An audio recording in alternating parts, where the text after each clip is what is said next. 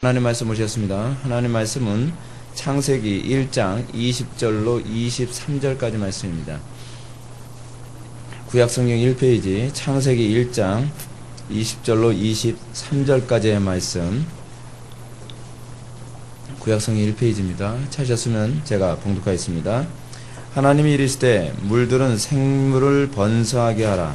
땅 위 하늘의 궁창에는 새가 나르라 하시고, 하나님이 큰 바다 짐승들과 물에서 번성하여 움직이는 모든 생물을 그 종류대로, 날개 있는 모든 새를 그 종류대로 창조하시니 하나님이 보시기에 좋았더라. 하나님이 그들에게 복을 주시며 이르시되 생육하고 번성하여 여러 바닷물에 충만하라. 새들도 땅에서 번성하라 하니라. 저녁이 되고 아침이 되니 이는 다섯째 날이니라. 아멘. 이 시간은 창세기 9번째 강의가 되겠습니다. 복을 주시며 가라사대라는 제목으로 하나님 말씀 증거하도록 하겠습니다. 복을 주시며 가라사대. 신구약에서 여러분 가장 그 큰 주제 가운데 하나는 복입니다. 복은 성경이 가지고 있는 가장 중요한 관심사 가운데 하나입니다. 하나님은 구약과 신약 전체에서 끊임없이 복에 대해서 말씀하고 계십니다. 구약성경에 보면 하나님께서 복 주셨다는 말씀을 자주 발견해야 됩니다. 창세기에서도 복을 주셨다는 말로 장식되어 있습니다. 신약성경에서도 복에 관한 얘기는 여전히 계속적으로 나오게 됩니다. 특히 우리가 잘 알고 있는 것처럼 팔복은 정말 이 복이 얼마나 중요한가를 다시 한번 우리들에게 잘 강조해주는 부분이기도 합니다. 그리고 여러분, 복음을 우리가 또 구원에 관한 소식을 우리 또 뭐라고 얘기합니까? 제가 방금 답을 말씀드렸죠? 예, 복음이라고 얘기합니다. 온통 성경은 복에 대해서 관심을 많이 가지고 있습니다. 그러므로 여러분, 우리가 예수를 믿는다고 했을 때 복에 대해서 관심을 갖는 것이 잘못입니까? 아니면 잘하는 겁니까? 잘하는 겁니다. 우리가 복에 대해서 관심을 갖지 않으면 안 됩니다. 왜냐하면 하나님이 복에 대해서 관심이 많으시고, 그리고 하나님께서 복에 대해서 관심이 많으시다고 하는 것은 그가 창조하신 백성들이 또한 복에 대해서 관심이 많아야 된다는 얘기이기도 합니다. 그래서 나는 복에 대해서 관심 없어. 정상적인 사람 아닙니다. 그 이상한 사람입니다. 복에 관심이 있는 것이 본성입니다. 예를 들어서 여러분, 이런 사람 있지 않습니까? 어떤 남자가 신체 불구 신체 밟아 아주 멀쩡한 생겼는데 난 여자한테 관심이 없어. 이상한 겁니다. 난 남자한테 관심이 없어. 여자가 그러면 그것도 이상한 겁니다. 그죠? 관심이 있어야죠. 왜냐하면 그게 본성이에요. 막 관심이 없으면 그게 막 성인처럼 보이잖아요? 성인이 아니에요. 그 이상한 사람이에요. 이상한 사람. 그 관심이 있는 거, 이게 정상인 거, 이게 아름다운 거예요. 그죠? 똑같이 여러분, 우리가, 그러니까, 근데 뭐가 문제죠? 밝히는 게 문제죠. 그죠? 자꾸 밝히면 이제 이게 문제가 되는 거예요. 자꾸. 근데 여러분, 이게, 우리 복도 문제가 그거예요. 우리 복에 관심을 가져야 돼요. 복에 관심이 없다 그러면 그 사람 이상한 사람이에요. 하나님께서 창조하셨는데, 어떻게 창조하셨냐면, 복에 관심을 갖도록 창조하신 거죠. 근데 오늘날 사람들이 자꾸 기독교 보고서 뭐가 문제라고 얘기합니까? 기독교가 자꾸 기복 종교다, 기복 종교다. 요즘 기독교가 너무 기복 종교가 됐다. 그런 얘기를 합니다. 기복 종교가 됐다. 그런 얘기는 무슨 얘기냐면 복을 너무 밝힌다. 이제 그런 얘기라고 우리가 이해하고 들어야 되겠죠. 그렇죠? 근데 기독교가 너무 심각할 정도로 이렇게 복만 관심을 갖고 있고 본질엔 관심을 갖지 않으니까 자꾸 문제시 되는 것입니다. 그래서 복을 받을 수만 있다면 요즘 어떻습니까, 사람들? 여러분, 이게 인간의 본성입니다. 이게 어떤 면에서는 나쁜 게 아니에요. 어떤 면에서는 이런 현상이 안 나타나는 것도 문제예요. 사람들이 복에 대해서 관심을 가지니까 어떻습니까? 그래서 복만 받으시다면, 야, 백의작정기도 하고요. 복만 받으시다면 막 1000번째 하면서 뭐 매일 예배당 와서 막 헌금해요. 헌금하는데 무슨 하나님께 용돈 들이서 얼마씩이에요? 1000원씩이에요. 하질 말지. 무슨 1000원. 애들한테도 1000원 주면 뭐라 그래? 뭐 이거. 근데 우리는 하나님께 복 받겠다고 맨날 1000원씩. 그리고 뭐 교회 봉사도 몸이 부서져라 합니다. 이런 차원에서 이렇게 기복신앙만 잘 자극을 해주고, 기복신앙으로 이렇게 사람들 욕심만 잘 자극해주면, 여러분, 예배당 의리의리하게지는 건 한순간입니다. 그냥 빵빵하게 예배당 질 수 있어요. 교인들 다 가난하게 만들고, 교인들 다 빚더미 앉게 만들면서, 사람들은 빚을 내가면서, 빚더미 앉아가면서도 복이라면 사족을 못 쓰는 게 인간입니다. 근데 하나님께서 복을 그렇게 추구하도록 창조하셨어요. 왜냐하면 기독교 자체가 그 복에 관심을 갖고 있고 또 복에 관해서 얘기하기 때문에 그렇습니다. 근데 뭐가 문제냐? 문제가 이제 어디 있느냐? 이 본질을 잘 찾으셔야 돼요. 복을 추구하는 게 잘못된 것이 아니라 복을 잘못 추구하는 게 잘못인 거예요. 복이 아닌 걸 복이라고 추구하는 게 잘못인 거예요. 여러분, 복을 추구하는 그 본성 자체가 아름답죠. 그렇죠? 남자가 여자를 좋아하는 거 아름다운 거예요. 그 여자가 남자를 좋아하는 거 아름답습니다. 근데 밝히면 문제가 된다 그랬잖아요. 그렇죠? 근데 우리가 복을 추구하는 게 아름다워요. 근데 복을 추구하는데 그 복이 아닌 걸 복이라고 추구하니까 이제 이게 문제가 되는 겁니다. 복이 아닌 걸 복을 추구하면, 복이라고 생각하면 추구하다 보니까 가정이 파괴되어지고 사회가 무너지고 인격이 파괴되어지는 것이 문제입니다. 그러니까 여러분, 우리가 인간의 타락에 관한 문제를 연구했을 때 인간의 타락의 문제는 뭐냐면 항상 어떤 것을 추구하기 때문에 타락한다는 것이 아닙니다. 항상 여러분, 죄는 어떤 게 죄죠? 예를 들어서 남자가 여자를 좋아하고 여자가 남자를 좋아하는 거, 그게 정상인데 문제는 이게 밝히면 죄가 되는 것처럼, 너무 지나치게 항상 선을 넘어서면 이게 문제가 되는 것처럼, 또는 남자가 여자를 좋아하는데 좋아하는 여자에 관해서 여자의 인격을 좋아하는 것이 아니라 육체만 좋아한다면 이게 이제 문제가 되는 거죠. 그렇죠? 그러니까 우리는 항상 이 복에 대해서 정의를 잘 내려야 되는 게 뭐냐면, 이 복도 우리는 복에 대해서 하도 문제가 많이 되니까 복을 추구하면 안 된다고 생각하고, 여러분, 또 단편의 예를 들어 볼게요. 교회가 성장하는 걸 추구하는 것 자체가 잘못입니까? 아니면 정상적인 겁니까? 정상적인 거예요. 정상적인 거. 교회는 성장해야 돼요. 성장하는 것이 정상이에요. 근데 문제는 뭐냐면 욕심으로 성장을 추구하다 보니까 잘못된 방법으로 성장을 추구하는 게 문제인 거예요. 그러니까 이런 문제가 자꾸 이상하게 되면서 사람들이 어떻게 되냐면, 소위 금욕주의가 자꾸 이게 이게 좋은 거라고 자꾸 생각을 하는 것이죠. 뭐 먹는 걸 너무 밝히는 사람들이 많이 생기면 어떤 현상이에요? 안 먹는 게 마치 이게 거룩한 것처럼. 그래서 나는 안 먹어. 난 안 먹어서 맨날 금식해. 그거 귀신 들린 거예요. 그 정상이 아닌 거예요. 적당히 먹고 살아야죠. 정상히 먹고 살면서 영양 보충하고 잘 살아야죠. 그렇죠? 근데 너무 먹는 걸 밝히는 사람들 때문에 안 먹는다 그러면 이것도 문제가 되는 거죠. 항상 신앙은 그래서 뭐라고 얘기하냐면, 여러분, 신앙은 어떤 면에서 간단합니다. 신앙은 뭐냐면 균형 잡는 거예요. 균형 잡는 거. 좌로나 우로나 치우치지 않고 균형을 딱 잡는 거. 근데 균형을 잡는 게 여러분들 힘으로 돼요, 안 돼요? 안 되죠. 제가 여러분한테 언젠가도 그런 말씀 드렸습니다. 인간이란 어떤 존재냐면 태어날 때서부터 마치 달팽이관 없이 태어난 존재하고 같아요.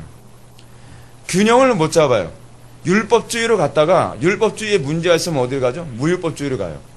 신비주의를 갔다가 문제가 되면 어디를 가죠? 지성주의로 가버려요. 그런데 아예 신비를 막 터부시해버려요. 그리고 아주 지성주의로 갔다가 지성주의에서 이 지성주의 메마름에 아주 질려버린 사람들은 어디를 가죠? 아예 지성을 포기해버리고 어디를 가버려요? 신비주의로 가버리죠. 이게 사실 기독교 역사거든요. 기독교 역사에서 매번 이것이 계속 왔다 갔다 그런 거예요. 인간은 중심을 못 잡아요. 계속적으로 우리는 극단에서 극단으로 치우칩니다. 왜 극단에서 극단으로 치우치냐? 이유는 딱 하나예요.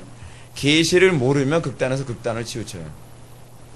항상 우리를 균형을 잡도록, 이걸 우리는 한자로 무슨 중용 이런 얘기도 하는데, 우리가 중심을 잡도록 만드는 것은 사실은 계시예요. 계시. 근데 그 계시가 어떻게 우리에게 주어져야 우리가 균형을 잡냐 하면, 이성이 아니라 성령의 조명을 받을 때라야만 이게 균형을 잡게 되는 겁니다. 그래서 여러분, 아무리 교리를 많이 알아도 소용이 없는 게 뭐냐면, 그 교리가 성령의 조명하심을 받지 않으면 어떻게 돼버려요? 지성주의로 가버리죠. 그렇죠? 그래서 여러분, 이것에 대해서 질리면 어디로 가는 거예요? 지나치게 이 성령의 조명이라는 걸 잘못 이해하면 신비주의로 가게 되는 거예요. 오늘 본문은 우리에게 그 복에 관한 얘기를 해주고 있습니다. 오늘 본문은 다섯째 날을 우리에게 설명해 주는데요. 하나님께서 바다의 물고기들이 생겨나도록 창조하신 사건과 하늘을 날아다니는 새들을 창조하신 사건들을 우리에게 기술해서 보여주고 있습니다. 그런데 오늘 본문은 이러한 창조 사건들을 언급하신 후에 22절은 특이한 선언을 하고 있습니다. 22절 말씀을 다 같이 읽어보시겠습니다. 시작.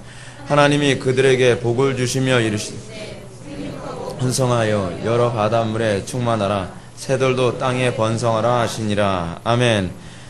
하나님께서 물고기들과 새를 창조하시고 나서 뭐 하셨다고 얘기하냐 하면 복을 주셨다라고 선언하고 계십니다.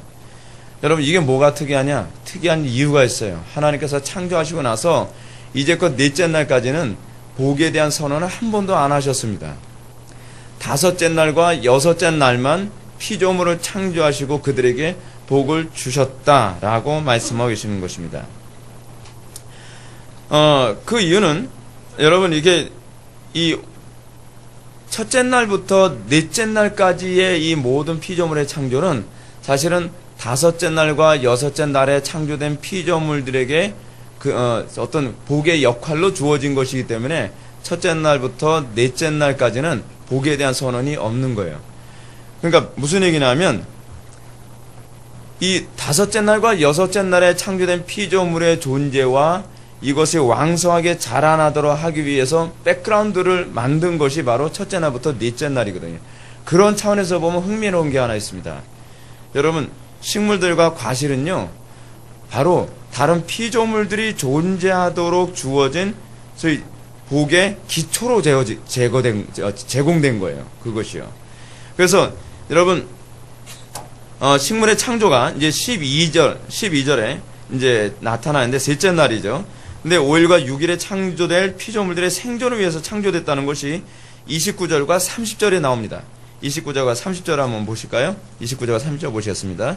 하나님이 이르시되 내가 온 지면에 씨 맺는 모든 채소와 씨 가진 열매 맺는 모든 나무를 너희에게 주노니 너희의 먹을거리가 되리라. 또 땅의 모든 짐승과 하늘의 모든 새와 생명이 있어 땅에 있는 모든 것들에게는 내가 모든 푸른 풀을 먹을거리로 주노라 하시니 그대로 되니라. 그러니까 여러분, 풀이나 채소들, 과일들은 사실은 복을 받는 대상이 아니에요.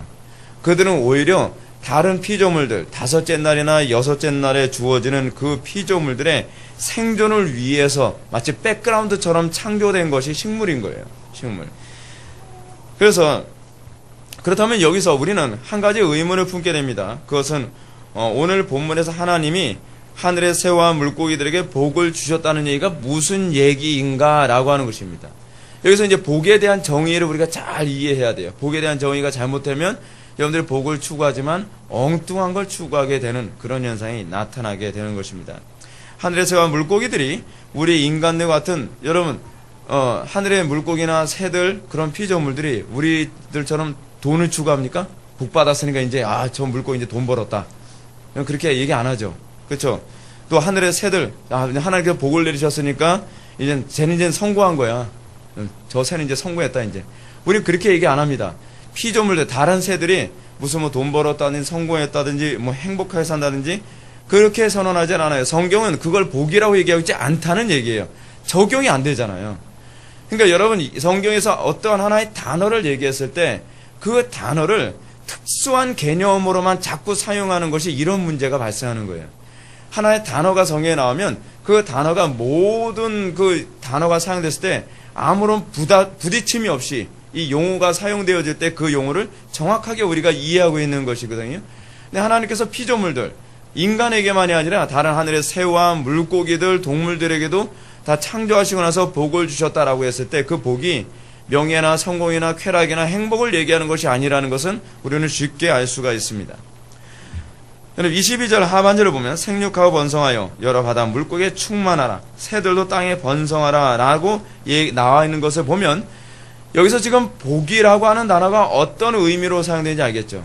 예, 번성과 관련된 얘기예요. 풍요와 관련된 얘기입니다. 다른 말로 생육하고 번성하고 바다와 땅에 충만하라는 선언, 이게 이제 복으로 사용되고 있는 의미죠. 이런 복의 선언은 또다시 인간 창조에도 반복이 됩니다. 28절을 보면 하나님이 그들에게 복을 주시며 그들에게 이르시되, 복을 주시면서 뭐라고 말씀하세요? 생육하고 번성하여 땅에 충만하라 라고 얘기했습니다.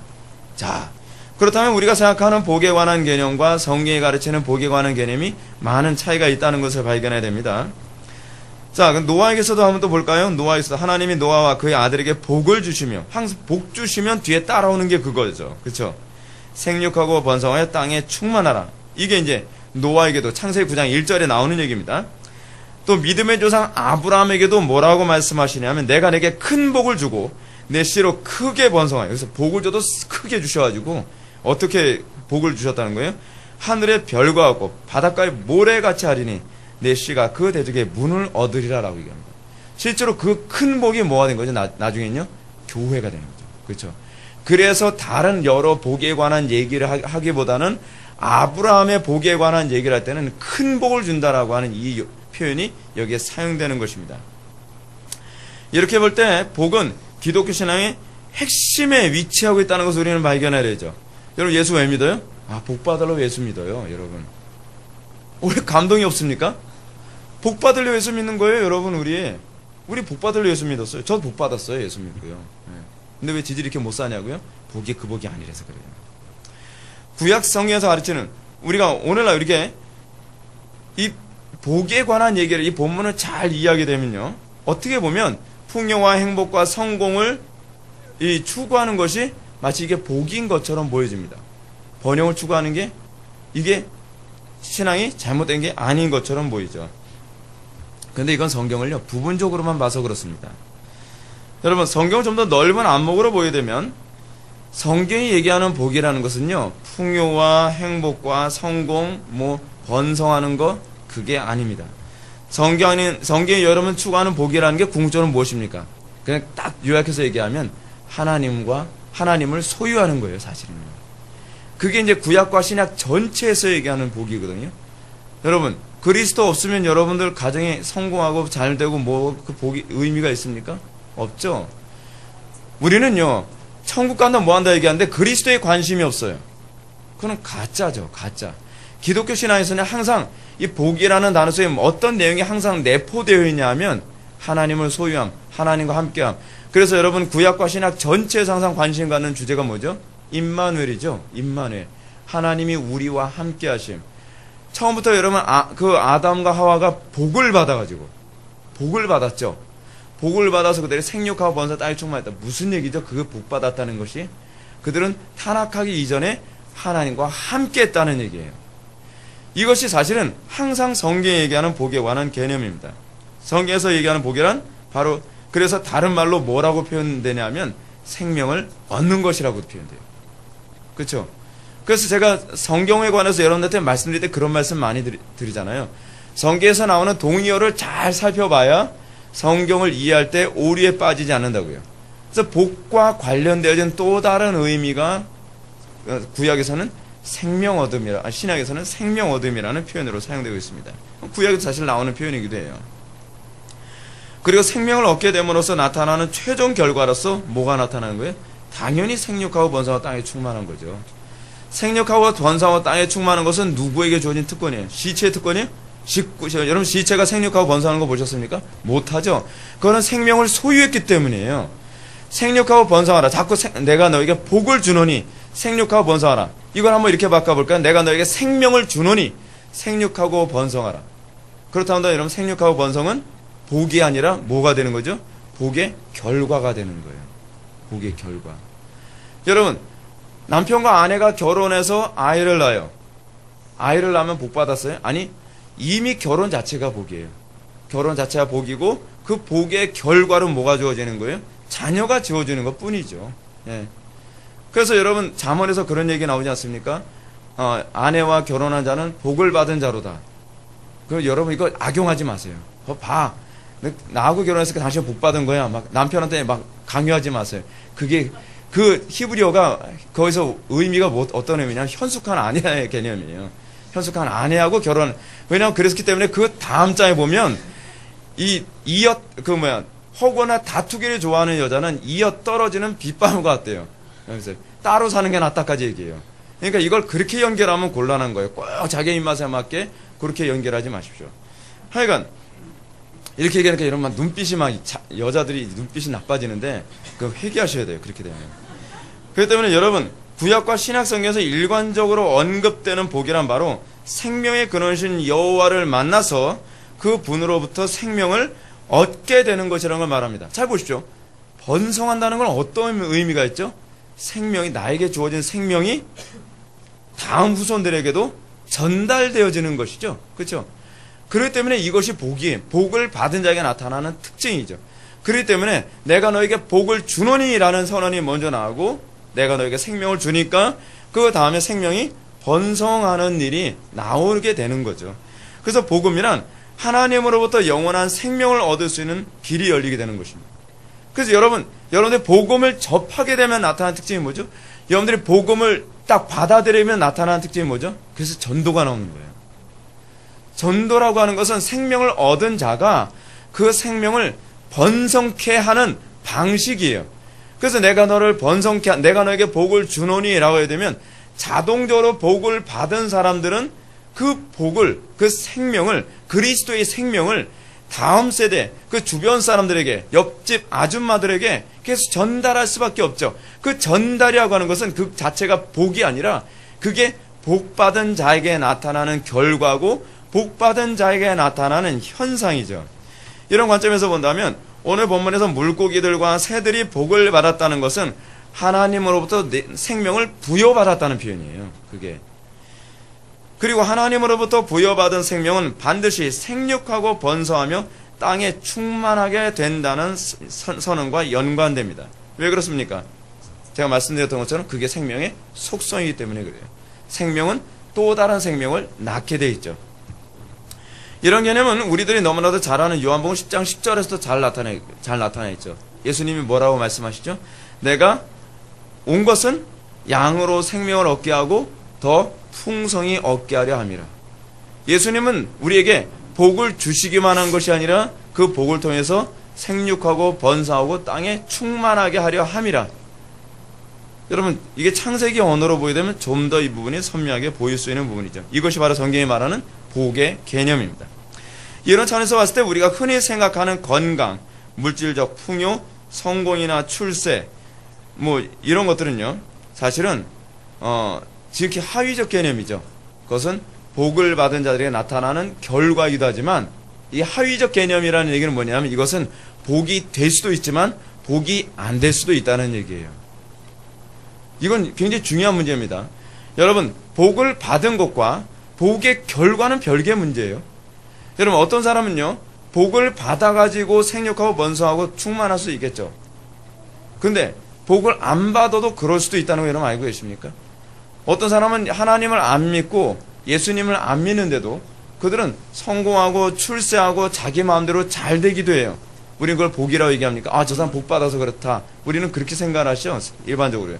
근데 성경적으로 봤을 땐 그것은 복이 아니라 오히려 그것이 재앙이고 그것이 저주라고 얘기하고 있어요. 그 마음이 더 부유해지고 더 교만해지지 않습니까? 복이냐 복이 아니냐를 규정하는 것은 눈에 나타나는 결과가 아니에요. 풍요가 아니에요. 성공이 그것이 복이냐 복이 아니냐를 규정하지 않아요. 중요한 건 뭐냐 하면 여러분들이 품게 되어진 그 풍요, 여러분들이 얻게 되어진 그 풍성함이 더 하나님을 섬기게 만드느냐, 그렇죠? 하나님을 더 생명의 근원이신 하나님으로부터 더 멀어지게 만드냐에 따라서 그것이 복이 되기도 하고 재앙이 되기도 한다는 겁니다. 우리나라의 문제가 뭐죠? 우리나라가 복을 받아가지고 경제적으로 부강한 나라가 된 거 여러분 믿습니까? 맞는 얘기예요. 맞는, 이건 틀린 얘기 아니에요. 실제로 복음이 들어간 나라들이 경제적으로나 문화적으로 이제 부강해지고 굉장히 풍요로워지죠. 그죠? 근데 문제는 뭐냐면 하나님께서 주신 이 풍요를 어떻게 사용하느냐에 따라서 또 재앙이 되기도 하죠. 제가 여러분한테 이런 말씀을 드렸습니다. 옛날에요. 여러분들이 성공할수록 더 믿음이 필요하다고 제가 여러분한테 말씀드리지 않았습니까? 여러분들이 풍요로워질수록 더 믿음이 필요합니다. 왜냐하면 그 자체가 재앙이 될 수 있기 때문에 그래요. 그러니까 여러분들은 무조건 성공하려고만 들지 마십시오. 여러분들이 무조건 풍요로워지려고 애쓰지 마십시오. 여러분 오죽하면 잠언에 그런 말까지 나오지 않습니까? 잠언이 아니라 그 시편이에요. 나를 너무 부하게도 하지 마시고 너무 가난하게도 하지 마십시오. 너무 부해서 어떻게 될 수 있어요? 내가 하나님을 모른다 할 수도 있다는 거예요. 중요한 건 여러분들의 믿음이 감당할 수 있는 정도만 가지려고 하세요. 하나님께서 주시는 것으로만 만족하십시오. 사도 바울이 뭐라고 얘기합니까? 내가 범사에 자족하는 일체의 비결, 그 능력을 자기가 소유하게 됐다고 얘기하지 않습니까? 왜냐하면 그 상태 안에서 우리가 하나님과의 교제가 유지되어진다면 그 자체가 복이 될 수 있는 것이죠. 하나님께서 지금 우리에게 정말 복에 관한 개념을 명확하게 정리하기 원하시는데 그것이 뭐냐면 나를 얻는 것이다. 나와 동행하는 것이다. 너희가 그 안에 거하는 것이다. 라고 우리들이 끊임없이 말씀하고 계시는 것입니다. 그러므로 성경은 육신적 생명을 풍성하게 하는데 우선적인 관심을 두지 않습니다. 성경은 우리가 세상적인 것으로 풍요롭고 성공하고 출세하는 것에 관심을 두지 않습니다. 물론 하나님은 그의 백성들이 고난당하지 않는 걸 원하시죠. 하나님께서는 여러분들이 고난당하고 괴로워하는 것이 하나님의 뜻이라 했어요? 아니라 했어요? 하나님 뜻 아니라래요. 예레미야 애가에 나오는 얘기 아닙니까? 3장 33절에. 근데 왜 하나님께서 인생을 고생스럽게 만들죠? 그 이유가 무엇이죠? 더 좋은 걸 주시기 위해서. 복을 주시기 위해서요. 우리 타락한 인간은 복과 복의 결과를 구분을 못해가지고 복은 내팽개쳐버리고 복의 결과만을 자꾸 얻으려고 들죠. 그쵸? 마치 우리는 어떤 존재와 같습니까? 집에 있는 벼룩 없앤답시고 초가삼간 태우는 게 그게 인간들이에요. 여러분, 아무리 벼룩이 있어도 집은 지켜내야 되죠? 근데 우리는 이 벼룩 보기 귀찮다고 벼룩 없앤다고 집을 태우는 게 바로 인간의 모습이거든요. 여러분, 그 속담은 굉장히 의미가 있습니다. 이게 인간의 본성을 잘 보여주는 거거든요. 우리가 살아가면서 어떠냐면 정말 소유해야 될 그리스도를 소유하는 데 관심이 없고 우리는 그 부수적인 것, 그래서 그것 가운데 하나 뭐냐면 천국이라니까요. 그리스도께 관심이 없는데 천국만 간다면 된다는 거예요. 그러면서 어딜 가요? 그래서 이단 가는 거예요. 이단은 쉽게 천국 가는 법 가르쳐 주거든요. 꼭 그리스도와 동행하지 않아도 그냥 쉽게 천국 가는 법 가르쳐 준단 말이에요. 그러니까 천국이 우상이 되면 그리스도하고 멀어질 수 있다는 거죠. 우리가 예수를 믿고 어떤 사람들, 상당수 사람들이 예배당에 옵니다. 왜 오게 됐어요? 그래서 아까도 이제 그런 얘기가 나왔는데 이 교회에서 연예인이 있어서 그 연예인 때문에 내가 좋아하는 오빠가 있어서 왔다는 거예요. 오빠 연예인. 뭔가 잘못된 거예요. 여러분, 그런 식으로라도 교회 오면 되는 겁니까? 아니죠. 아니에요. 애시당초부터 교회를 올 때는요, 목적이 분명해야 돼요. 그리스도가 목표가 되어야 돼요. 그리스도가. 그러니까 여러분, 많은 사람들이 교회에 나오면서 잘못돼가는 이유 중에 하나는 뭐냐면 생명을 잃어가면서, 잘 보십시오. 우리가 실제로 그렇게 살고 있습니다. 생명을 잃어가면서 돈을 벌어요. 그죠? 그런 사람들 많이 있죠. 또 생명을 잃어가면서 성공하는 사람도 있어요. 생명을 잃어가면서 행복을 찾겠다고 난리예요. 자기가 죽어라 하고 돈을 벌었어요. 그랬더니 돈 벌으니까 죽게 생긴 거예요. 자기가 죽어라 하고 성공을 위해 살았는데 그러다 보니까 죽게 생긴 거예요. 그 사람들이 죽기 전에 이러죠. 자기가 몸이 완전히 만신창이 됐어요. 내가 무엇을 위해서 살았지? 내가 누구 좋은 일 하자고 내가 이렇게 돈을 벌고 누구 좋은 일 하자고 내가 성공을 했지? 그런 얘기하는 거 아니에요? 사실은 돈을 왜 벌죠? 행복하게 살려고 하는 거 아니에요? 근데 자기는 돈 버느라고 항상 불행했거든요. 근데 정작 돈을 벌 만큼 벌었다 보니까 자기는 그 돈을 써보지도 못하고 죽게 생긴 거예요. 여러분, 이게 인간의 어리석음입니다. 인간이 그렇게 어리석어요. 본질을 추구하는 거거든요. 본질을 추구할 줄 아는 사람이 그 사람이 지혜로운 사람이거든요. 우리는 간혹가다 이런 거 보게 되는데, 일반 은총적인 차원에서 우리는 안 믿는 사람 중에 그런 사람 있잖아요. 도시의 그 풍요로움과 안락함, 편리함 다 내팽개치고 부부가 다 같이 산에 들어가가지고서 오두막 져놓고서 거기서 터밭 가꾸면서 행복하게 산다는 거예요. 힘들지 않나요? 겨울엔 춥지 않나요? 여름엔 덥지 않나요? 그래서 실제로 그런 부부가 있어요. TV에 나왔어요. 그 여자가 독일 여자예요. 남편은 그 문학가고요. 그런데 우리는 이거로 행복해요. 우리가 추구하는 본질은 이거였거든요. 자, 우리는 그 정도만 보더라도 어떻죠? 야, 저 사람들 참 탁월하다. 어떻게 그렇게 살 수 있지? 우리 그거 놀라지 않습니까? 왜 놀라는지 아세요, 여러분? 철학에서 추구하는 인생의 궁극적 목적을 행복이라고 보기 때문에 그래요. 돈도 명예도 성공도 자체는 행복을 위해서 필요하다고 보는 것이 철학적 관점이거든요. 그러니까 독일 철학적 관점에서 봤을 때는 가장 본질을 선택한 거예요, 그 사람들이요. 근데 여러분, 우리는 어떻게 살아가야 되는 것이죠? 우리는 더 궁극적 본질을 위해서 우리는 뭐까지도 포기할 수 있는 존재라는 거예요. 행복까지도 포기할 수 있다는 것이죠. 우리의 궁극적 목적이 무엇이죠? 예수 그리스도 아닙니까? 예수 그리스도. 예수 그리스도가 생명이거든요. 성경이 얘기하는 복이라는 건 그거거든요. 그래서 여러분, 우리는 찬송가 가사에도 그런 가사가 많잖아요. 주 예수보다도 귀한 것은 없네. 이 세상 무엇과 명예와, 이 세상 또 뭐요? 부귀와, 또 이 세상 행복과도 바꿀 수 없네. 왜냐하면 신앙에 있어서 그게 복이고 그게 본질이라는 거 하는 것을 알게 된다고 한다면 우리는 이 모든 것을 다 포기할 수 있다는 것이죠. 그게 사실은 우리가 복을 추구하는 방식입니다. 복은 여호와 하나님 안에 거하는 것, 임마누엘의 삶을 살아가는 것이기 때문에 그래요.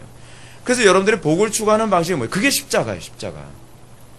십자가가 뭐죠? 그리스도를 소유하기 위해서 정과 욕을 날마다 십자가에 못 박는다는 거 아니에요. 내 욕심을 못 받고, 내가 하고 싶은 거 못 받고, 내가 원하는 거 못 받고, 그런 거 포기해 가면서 우린 죽는 것이 아니라 생명 안에 거하는 것이죠. 그것이 기독교에서 얘기하는 복이에요. 그리고 그것을 우리는 뭐라고 얘기하냐면 복음이라고 얘기하는 거예요. 그걸 깨닫는 게 복음이에요.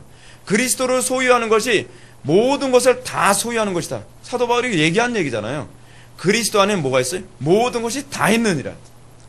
그것이 바로 복음을 깨달은 사람들에게 나타난 자들에게 나타난 증상이죠. 오늘은 이 시대의 교회가 기복신앙과 기복 종교로 전락했다는 지적은 이런 모습 때문입니다. 그리스도를 소유하는, 복의 본질인 그리스도를 소유하는 데 관심이 없고, 이 이방 종교처럼 예수 믿는 것을 성공과 출세와 행복을 사는 것에 이용해 먹고 있다는 게 문제예요. 많은 사람들이 예수님이 수단이에요. 예수를 왜 믿어요? 이러기. 당신 예수 왜 믿죠? 천국 가기 위해서요. 이거 굉장히 사악한 소리입니다. 예수님이 뭐라는 거예요? 수단이라는 거예요. 당신은 예수를 왜 믿습니까? 예수를 믿어야 행복하니까요. 당신 예수를 왜 믿습니까? 예수 믿으면 성공하니까요. 예수 믿는 것이 수단이 됐다는 것은요, 굉장히 심각한 문제인 거예요. 여러분, 제가 아까 방금 전에 여러분한테 이런 말씀 드렸습니다. 신앙이란 균형을 잡는 거라고 얘기했습니다. 또 하나, 신앙과 관련된 중요한 개념이 하나 있죠. 수단과 본질이 바뀌는 겁니다. 인생이 파괴되어지는 가장 심각한 문제 중에 하나가 무엇이냐면 수단과 목적이 항상 순서가 뒤바뀌어 있어요. 수단과 목적이. 그러다 보니까 우리에게 있어서 천국이 목적이 돼버리고 그리스도가 수단이 돼버리는 거예요. 그렇게 되면 사람들이 타락하는 거죠. 구원이 목적입니까? 하나님 영광의 목적입니까? 여기서도 이제 문제가 발생하는 것이죠. 그렇죠? 우리는 구원이 목적이 돼버리고 하나님의 영광은 때로는 수단이라든지 그렇지 않으면 선택사항, 옵션이라고 생각하는 경향이 많이 있죠. 아니에요. 구원받은 이유, 또 중생한 이유가 바로 하나님의 영광을 위하여 살도록 하기 위한 거예요. 궁극적 목적과 종속적 목적의 순서가 바뀐 거죠. 기독교 신앙에서는 순서가 바뀌는 것은요, 천국과 지옥을 오갈 만큼 중요한 문제예요. 기독교 신앙에서 좌로나 우로나 치우치는 문제는 천국과 지옥을 오갈 만큼 중요한 문제예요. 이 두 가지 문제, 균형의 문제와 순서의 문제를 분명하게 하지 않으면 여러분들은 신앙이 아니라 불신앙으로 가버리게 된다는 것을 잘 기억하셔야만 합니다. 근데 우리는 이 오류에 너무 쉽게 빠져요. 그래서 우리가 예수를 자꾸 수단으로 자꾸 생각하니까 예수를 믿고 어려움에 닥치거나 예수를 믿고 손해를 보거나 예수를 믿고 가정에 힘든 일이 생기면 항상 예수를 버릴 준비가 돼 있죠. 그렇죠? 진리를 타협할 준비가 되는 거예요. 수단 항상 버릴 수 있는 거거든요. 그렇지 않습니까? 예수님이 목적이 아니라 수단이 되면 우리가 필요하면 달면 삼키고 쓰면 뱉는 대상이 돼버리는 거예요. 오늘날 왜 배도가 극심한지 아십니까? 오늘날 왜 개종이 쉽게 이루어지고 있는지 아십니까? 오늘날 왜 기독교인들이 아주 교회 안에서 그 높은 직분을 가지고 있다는 사람도 이단이나 천주교 같은 데로 쉽게 개종을 하는지 아십니까? 예수가 수단이기 때문에 그렇습니다. 수단은 항상 바뀔 수 있는 거예요. 그러나 목적은 바뀌지 않죠. 그들의 목적은 항상 뭐예요? 천국이거든요.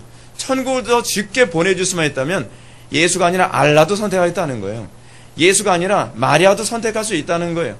예수 아니라 교황이라도 선택할 수 있다는 거예요. 천국을 보장만 해준다고 한다면. 근데 여러분, 진정으로 여러분들이 예수를 믿는다고 한다면 여러분들은 청교도들처럼 이렇게 여러분들 반응하게 될 것입니다. 내가 지옥을 간다 할지라도 그리스도가 거기 있다면 나는 그리스도를 선택하겠다.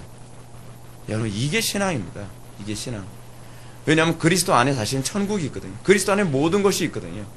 근데 우리는 그리스도라고 하는 대상에 관심이 없고 부수적인 것, 결과에만 항상 관심을 갖고 있다는 게 문제입니다. 그래서 여러분, 번연히 제가 오늘 낮 예배 때도 인용할 때 그런 말씀 드리지 않았습니까?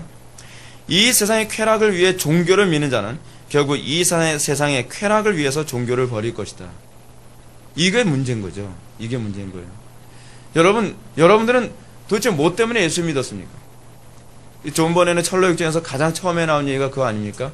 내가 죄 문제를 해결하기 위해 예수를 믿었다. 근데 이 얘기가 죄 문제를 해결하기 위해라는 얘기는 하나님과 관계를 회복하기 위해라는 얘기예요. 본질 자체가 하나님과 관계인 거예요. 하나님과의 관계. 본질이 하나님과의 관계면 여러분들은 죽을 때까지 뭐에 관심을 갖게 되죠? 항상 하나님과의 관계에 관심을 갖게 되죠. 왜 우리가 죄와 싸우되 피 흘리기까지 싸우게 되죠? 그것은 하나님과의 관계에 항상 문제가 되는 것이 죄이기 때문에 그래요. 죄를 짓지 않아야 천국 가기 때문이 아니에요. 그 죄 때문에 내가 사랑하는 하나님과 관계가 자꾸 멀어지는 거죠. 그것 때문에 우리는 끊임없이 죄와 싸우는 거예요. 우리는 율법주의자들이 아닙니다. 우리는 이미 율법으로부터 자유로워진 자들이에요. 근데 그 죄 때문에 우리가 그리스도와의 관계가 요원해지니까 그래서 우리가 율법을 더 뜨겁게 지키려고 애를 쓰는 거죠. 율법이야말로 수단이거든요. 율법은 어떤 수단이죠? 하나님과 사랑하기 위한 수단이에요. 어떻게 하나님과 사랑하고 어떻게 관계를 맺을 것인가를 우리에게 주어진 그 방편이 율법이거든요. 그렇기 때문에 우리는 율법을 사랑할 수밖에 없어요. 율법을 좋아할 수밖에 없는 것이죠. 자, 성경 봅시다. 그런데 성경 봅시다. 진정으로 복을 받았다는 것이 무엇을 의미합니까? 마태복음 5장을 보게 되면 성경은 복 받았다는 걸 이렇게 얘기하죠. 심령이 가난해지는 것. 그렇죠? 어떤 사람이 또 복 받았다 얘기하죠? 의에 줄이고 목마른 것. 진리 때문에 가정과 직장과 사회에서 핍박을 받는 것. 이게 복 받았다는 거예요. 이 복 받았다는 얘기가 무슨 얘기죠? 하나님을 만났다는 거죠. 세상과 구분된 존재가 된 거죠. 하나님과 만나면 세상과 구분된 존재가 되지 않습니까? 하나님을 만나고 나면 의에 줄이고 목마르죠. 하나님을 만나고 나면 우리는 어떠세요? 어떻게 되죠? 그 의를 위해서 핍박을 감수하게 되는 것이죠. 이런 복을 받은 증거는 오늘날 교인들에게 별로 찾아볼 수가 없죠. 그래서 이게 복이 뭔지도 헷갈리는 겁니다. 오히려 이런 가르침은 이 시대의 교인들에겐 불편하고 듣기 거북한 가르침으로 여겨집니다. 이게 복인데, 이게 성경이 추구하는 복인데, 우리는 말 그대로 우리는 정말 복을 무지하게 추구하는 사람들이에요. 근데 그 복이 안 믿는 사람들과 다르다는 거죠. 여기서 뭐예요? 여기서 구분됨이라는 게 나타나는 거예요. 여러분, 구분됨은 어떻게 나타나는지 아십니까? 추구하는 대상이 근본적으로 달라야 구분됨이 나타납니다. 아무리 여러분, 난 저 사람들하고 구분되게 살아야 돼. 나는 거짓말 안 할 거야. 이거로 구분되지 않습니다. 구분되는 건요, 궁극적으로 추구하는 대상이 달라질 때 의식하든 의식하지 않든 그냥 자연스럽게 구분되는 것입니다. 그렇기 때문에 이 시대의 교인들은 하나님을 더 많이 알 수만 있다면 어떤 대가나 희생도 치를 준비가 되어 있다는 식의 이 뜨거운 열망이 없습니다. 이 시대 교인들을 불붙게 만들고 열정적으로 신앙생활하게 만들려면 어떻게 되느냐? 소위 물질적인 복, 세상적인 복을 그거로 욕심을 자극을 해줘야 돼요. 그러면 사람들이 막 헌금을 막 다 쏟아붓기 시작하죠. 막 집이라도 팔아요. 예. 왜 그렇죠? 그 사람 집을 팔면 더 큰 복을 얻을 수 있을 거라고 생각을 하니까요. 그러니까 왜 한국교회 교인들이 아무리 설교해도 잘 불이 안 붙는가? 그 욕심 때문에 그래요. 욕심. 요즘 교인들은 더 그리스도와 가까워지고자 하는 그 목마름이 없어요. 진리 때문에 가정과 직장과 캠퍼스에서 핍박받았다는 일 찾아보기 힘들죠. 그죠? 단지 육신적 형통과 성공과 행복을 보장해주지 않는 가르침은 복음이 아니라고 생각합니다. 그게 무슨 복음이야? 그죠? 참된 복음은 세상에서 남부럽지 않게 살도록 하고 성공과 행복을 보장해주는 것을 그걸 복음이라고 그 사람들은 생각을 하는 거예요. 그 사람들이 이렇게 얘기하지 않습니까? 나 예수 믿고 복 받았어. 어떤 복 받았는데? 아, 나 예수 믿고 병 고침 받았다니까? 나 예수 믿고 복 받았어. 어떻게 됐는데? 우리 자녀가 요번에 좋은 대학 갔어. 나 예수 믿고 복 받았어. 어떻게 됐는데? 요즘 부부관계 되게 좋다? 근데 여러분, 그게 복이 아니죠. 오히려 예수님 뭐라 하냐면 나를 영접하고 나면 부부관계 안 좋아질 거래요. 나를 영접하고 나면 부모와 자녀가 분쟁하게 될 거래요. 나 영접하고 나면 시어머니와 며느리가 서로 분쟁케 될 거라는 거예요. 그게 무슨 복이죠? 이게 사람들 복에 대한 정의가 세상화 돼버렸으니까 이해가 잘 안 되는 거예요. 그게 무슨 복 받은 거예요? 저주 받은 거지. 너 저주 받은 거야. 많은 사람들이 그런 식으로 초창기 때 굉장히 기독교는 힘들게 만들지 않았습니까? 근데 마태복음 5장에서는 그게 복받은 거라는 거예요. 복받았다는 거죠. 여러분, 존 버너의 철로 역정 하나만 더 얘기할까요? 크리스찬이 복을 받고 나니까 어떤 현상이 나타나죠? 좁은 길만 선택하게 되죠. 복을 받고 나면 그 복받은 증거가 뭐냐면 좁고 험난한 길만 선택하게 되는 거예요. 근데 여러분, 좁고 험난한 길을 선택하면서 비로소 어떤 현상이 나타나냐면 다른 사람에게 복의 역할을 해줄 수 있게 되어져요. 그럼 우리는 왜 끊임없이 다른 사람들한테 재앙이 되죠? 편하고 쉽고 안락한 길만 선택하기 때문에 그래요. 편하고 쉽고 안락한 길을 가려면 어떻게 되죠? 누군가 내 주변 사람들을 괴롭게 만들어야 되는 거예요. 내가 풍요로워지려면 어떻게 되죠? 다른 사람의 등을 쳐야죠. 그렇죠? 내가 행복하려면 어떻게 해요? 다른 사람이 불행해져야죠. 그렇죠? 내가 풍요로워지려면, 내가 또 즐거워지려면 어떻게 해요? 다른 사람이 나를 웃겨줘야죠. 우리는 이게 인간의 타락이 바로 그런 문제예요. 나침반이 정반대로 향해요. 우리가 예수를 믿고 나서 우리가 좁은 길만 선택하게 되면 어떻게 되죠? 다른 사람 하기 싫은 거 내가 하죠. 다른 사람이 손해본다는 거 내가 스스로 손해보죠. 다른 사람이 힘들어하면 내가 대신 힘든 쪽을 선택하죠. 그래서 그 사람만 오면 어떻게 돼요? 좋아지는 거죠. 그 사람이 오게 되면 그 사람이 바로 피스메이커가 되는 거죠. 그래서 화평케 하는 자는 복이 있나니, 그게 복이 있는 사람의 특징이죠. 그럼 화평케 하는 자가 되는 거예요. 어디 가든지 그들이 가면 분쟁이 아니라 어떤 현상이 나타나요? 다 좋게 되어지는 것이죠. 왜요? 남들이 안 하는 희생을 그가 하기 때문에 그러는 거예요. 그래서 예수 믿는 건요, 게으르면 예수 믿을 수가 없어요. 게으르게 되면 이기적으로 바뀌거든요. 게으르면 여러분, 게으름 때문에 요즘 사람 죽이잖아요. 사람 죽이는 일들이 다 어디서 출발하냐면 게으름 때문에 나타나요. 여러분들에게서 나타나는 모든 죄를 한번 찾아보십시오. 근원은요, 다 어디서 나타나냐면 이 까딱하기 싫어하는 거예요. 우리는 요즘에 그 새로운 용어가 나왔죠. 영어 단어, 귀차니즘이라고 하는 단어. 외국 사람들 얘기해봐요. 못 알아들어요. 귀차니즘이 뭐냐고. 우리나라에서는 통하는 단어죠. 귀찮은 걸 싫어해요. 풍요로워지면서 얼마나 귀찮은 걸 싫어해지는지 몰라요. 자동차 타면서도 옛날엔 차율이 올리고 내려가려면 뭐였죠? 이거 했잖아요. 이거 열심히 했어요. 근데 이것도 귀찮으니까 어떻게 하죠? 이제는요? 손가락을 눌러요. 손가락. 얼마나 이제는 귀찮은 것을 적응하기 힘든 세상이 되어버리는지 몰라요. 모든 게 다 자동화되면서 이제는 운전도 이제 안 하는 시대가 됐잖아요. 차가 알아서 운전해준대요. 말만 하면 돼. 이제 말하는 것도 귀찮으면 어떻게 되죠? 말하는 거 귀찮으면 이제 생각하는 거로 하겠죠. 생각하는 걸 요즘 되게 귀찮아하잖아요. 죽어야죠. 인류가 점점 그렇게 돼가는 거예요. 누군가 내가 편하기 위해서 다른 사람을 귀찮고 힘들게 만들어가는 거죠. 그 게으른 사람과 같이 있으면 주변 사람들이 다 힘들어지죠. 언젠가 제가 여러분한테 그런 말씀 드렸죠. 이거 옛날에 우리 아버지가 사줬던 전집이었는데 어쩌면 지금 주무시니까 제가 드리는 말씀이지만 그냥 재미없는 전집만 잔뜩 사오셨어요. 근데 그 중에서 재미있는 전집이 하나 있었는데 뭐였냐면 게으른 며느리에 관한 그 내용이었어요. 근데 거기서 무슨 얘기가 나오냐면 며느리가 너무 게을러. 그러니까 와이프가 너무 게으른 거예요.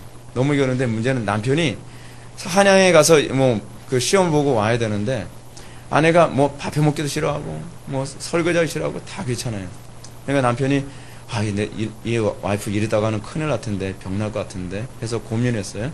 그래서 방앗간에 와서 떡을 열심히 해가지고서 마누라한테 여보 나 이번에 한양에 갔다 와야 되는데 이거라도 먹으면서 좀 그 건강 유지해야 돼. 그래서 얼굴에 다 붙여줬어요. 떼어서 이렇게 먹으라고. 손 뻗기도 귀찮으니까.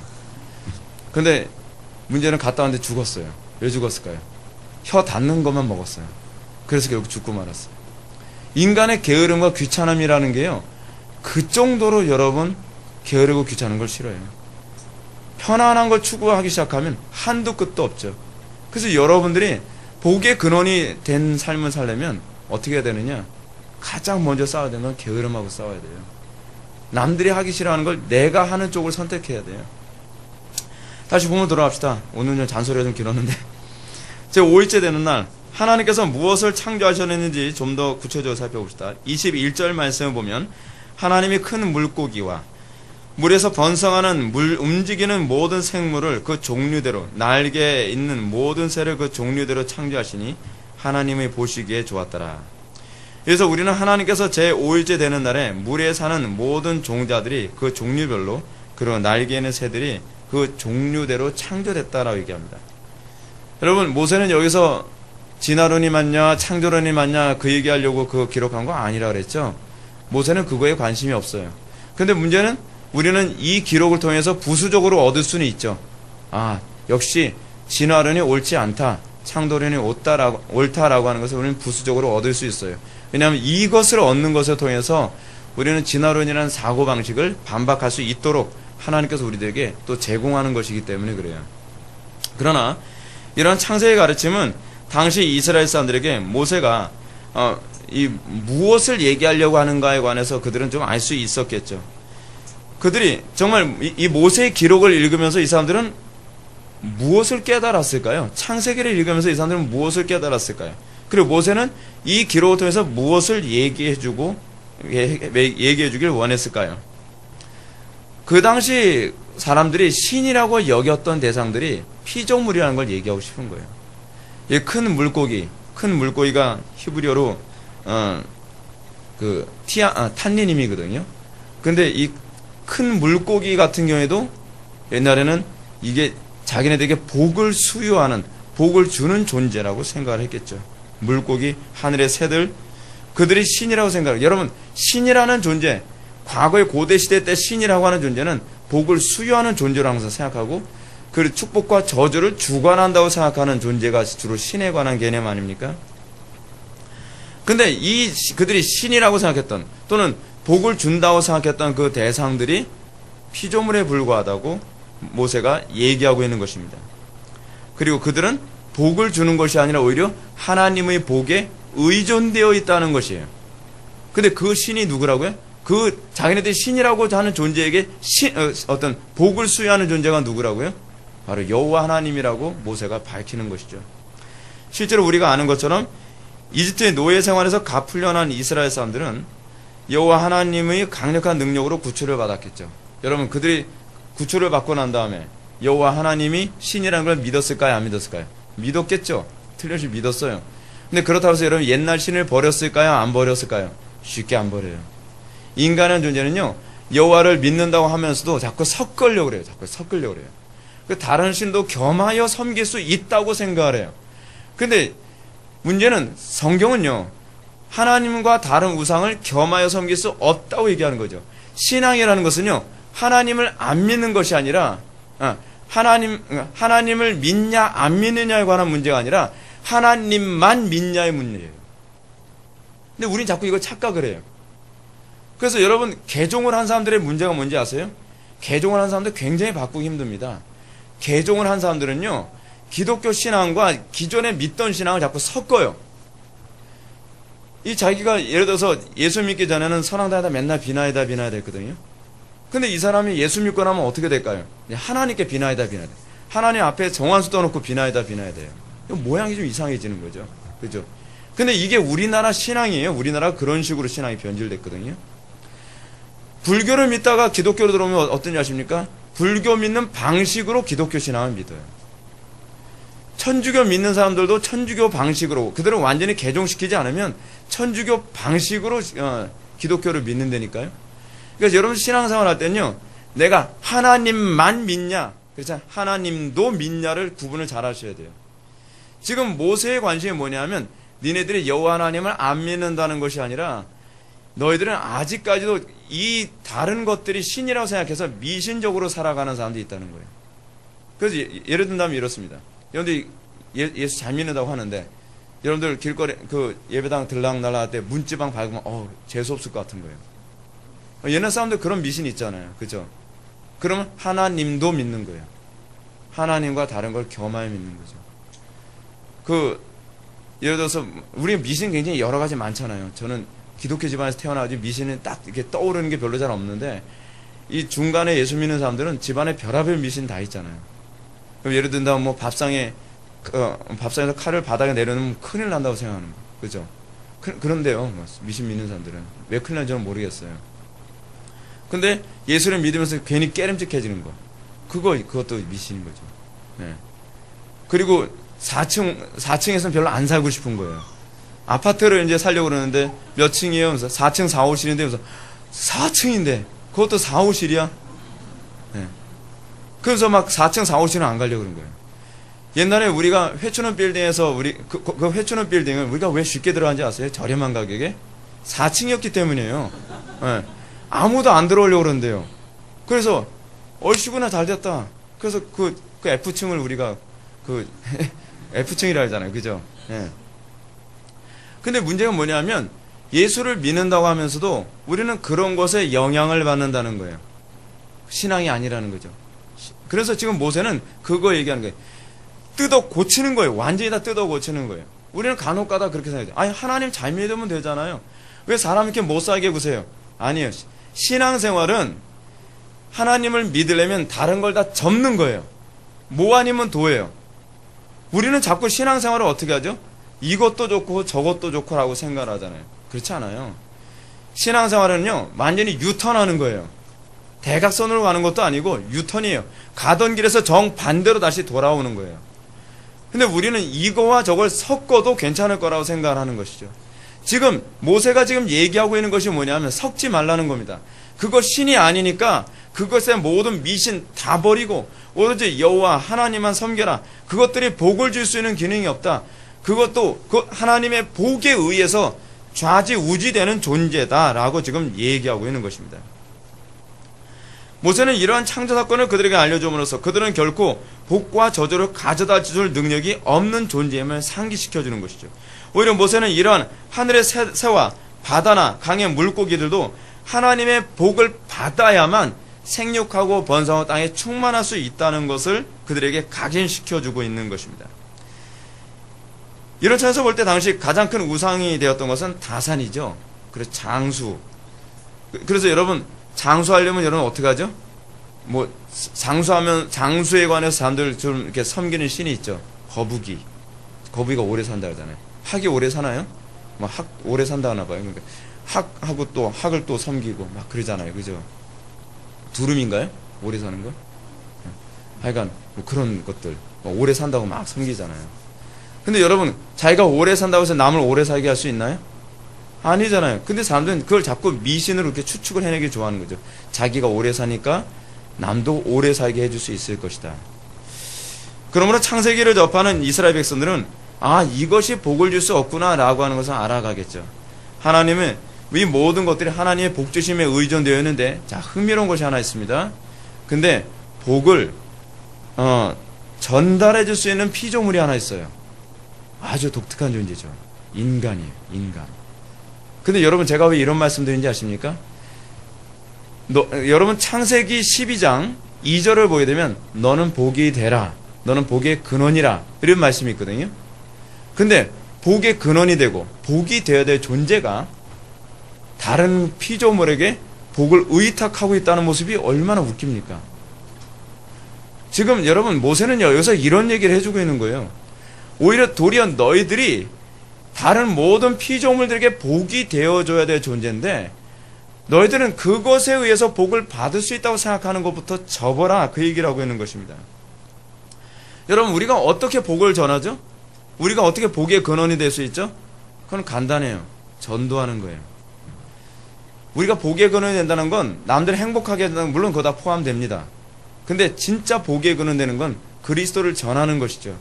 우리가 만나는 모든 사람들에게 그리스도를 전하는 가장 좋은 방법 중 하나는 자녀들에게 신앙을 대물림해 주는 겁니다. 제가 여러분한테 이런 부분은 제가 노골적으로 제가 경고할게요.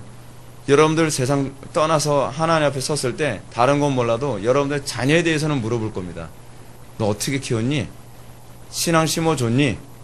구약에서 계속 그 질문을 많이 하거든요. 자녀들의 신앙 들어가고 안 들어가고는요 목사 몫이 아니에요. 그건 부모 몫이에요. 그렇기 때문에 우리는 자녀에게 복의 근원이 돼야 돼요. 그래서 생육하고 번성하고 천대까지 복을 받는 자가 돼요. 천대까지 복을 받는다는 얘기가 무슨 얘기죠? 대대손손 하나님을 믿게 되어진다는 얘기죠. 이것이 여러분 우리에게 주어진 명령이기도 하고 그것이 우리에게 주어진 복이기도 합니다. 이런 차에서 우리는 과연 복의 근원이 무엇인지 잘 생각해 봐야 되죠. 여러분, 무엇이 복을 주죠? 재물이 복을 줄 수 있나요? 또는 성공이 복을 줄 수 있나요? 이성이 우리에게 복을 줄 수 있나요? 근데 매스컴은, TV 매스컴이나 인터넷은 이런 것들이 다 복을 줄 수 있다고 우리들을 계속 속이죠. 그렇죠? 좋은 학벌을 가지면 이 좋은 학벌이 우리에게 복을 줄 수 있을 거라고 생각해요. 여러분, 그때하고 지금하고 차이는요, 애니미즘이 아닐 뿐이에요. 우린 토속신앙적인 차원에서 우린 이성이 발달하고 또는 우리가 자연주의 시대에 살고 있다 보니까 우리는 무슨 거북이가 복을 주나? 우린 그런 거 안 믿어. 그렇다고 여러분들은 마치 신앙이 좋고 막 굉장히 합리적인 것 같죠.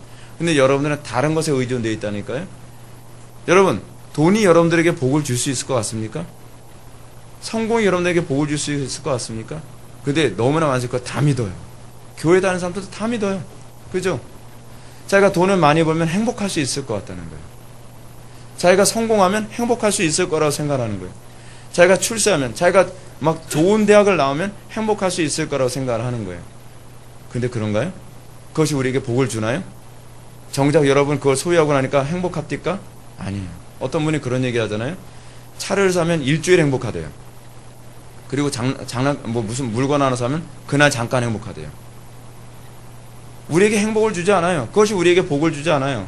그리고 우리가 기대한 만큼 소유하고 나면 공허함과 허무감은 더 커져요. 여러분, 그 우상숭배로 나타나는 행위 중에 하나가 뭔지 아십니까? 그게 동성애거든요. 동성애는 쾌락숭배의 결과예요. 쾌락을 숭배하는데 더 쾌락적일 수 없을까? 더 쾌락적일 수 없을까? 그런데 더 쾌락적이기 위해서 할 수 있는 모든 행동을 하는데 그 최종점이 뭐냐면 사실은 동성애까지 간다는 거거든요.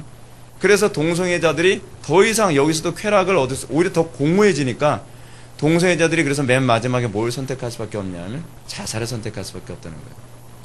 왜냐하면 이거로도 행복할 수 없다는 것에 대해서 절망해버리는 거예요.